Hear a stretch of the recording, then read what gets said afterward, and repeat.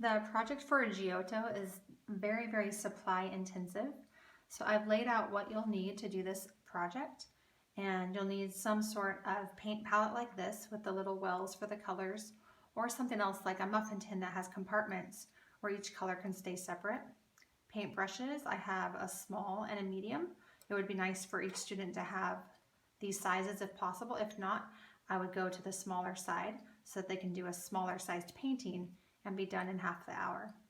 We also have different colors of chalk that are already pre-ground. So before you do this with your class, you're going to want to take all the different colors of chalk you have and grind them up into a fine powder and put them in some sort of container. So I have the baby food jar so that I can take them to class and have them already good to go once I arrive.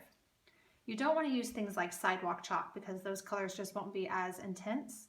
So you can see that these colors here are nice and bright, and I'll put a link to Amazon so you can see which pack of chalk we use. I also have a mortar and pestle because you can show the students how to grind the chalk just like the artist would have ground up their minerals to make their own paint, and do that during class.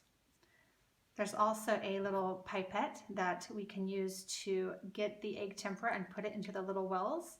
Of course, we have the egg yolk, and then we have spoons so that we can take these pieces of chalk and put them in the different palettes. So yeah, there's a lot to gather, but a lot of it will be done before you even get to class. To make the egg tempera, you're going to be taking an egg yolk. You're going to do 2 teaspoons of water. Add that to the yolk, and then simply mix it up like that. Of course, you want to mix it really well. I won't take a ton of time to do that. And I've already pre-mixed that at home as well so that I can just have this in class ready to go and not take too much time trying to get all these supplies ready when we only have half an hour to do all of this. Once you've talked about the artist Giotto with your class and you've looked at his images, talked about how he adds some three-dimensional shading to his work, then they can get started. You can give them blank paper and they can do their own picture. Or on page 2 of the lesson plan, you can see that I have these images that are line drawings of some of his paintings that students could fill in. I like having these available to students because they can actually see the style and the subject matter of the work of the artist. Before you get started, you can have the students try to grind up the chalk in their mortar and pestle. You can see that's actually kind of difficult, so they can each take a few seconds to try it, pass it around the table, and get the experience that we're trying to show them, the experience of making their own paint and supplies, which is so different than what we do today. Today we can just easily get everything by going to the store. And it's great to understand kind of what the artist experienced back in the pre-Renaissance times. Once you're talking, you can have the parents also help get things together by putting some colors into the palette of the students. Probably don't need that much. And there is a lot of these little steps that need to happen.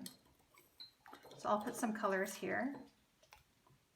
And you can kind of see how we could have colors around for the students to use. And then this is where the pipette comes in really handy.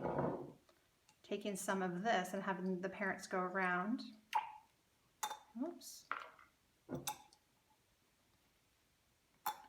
And be able to squirt some of this into these little wells, because this is a little bit messy.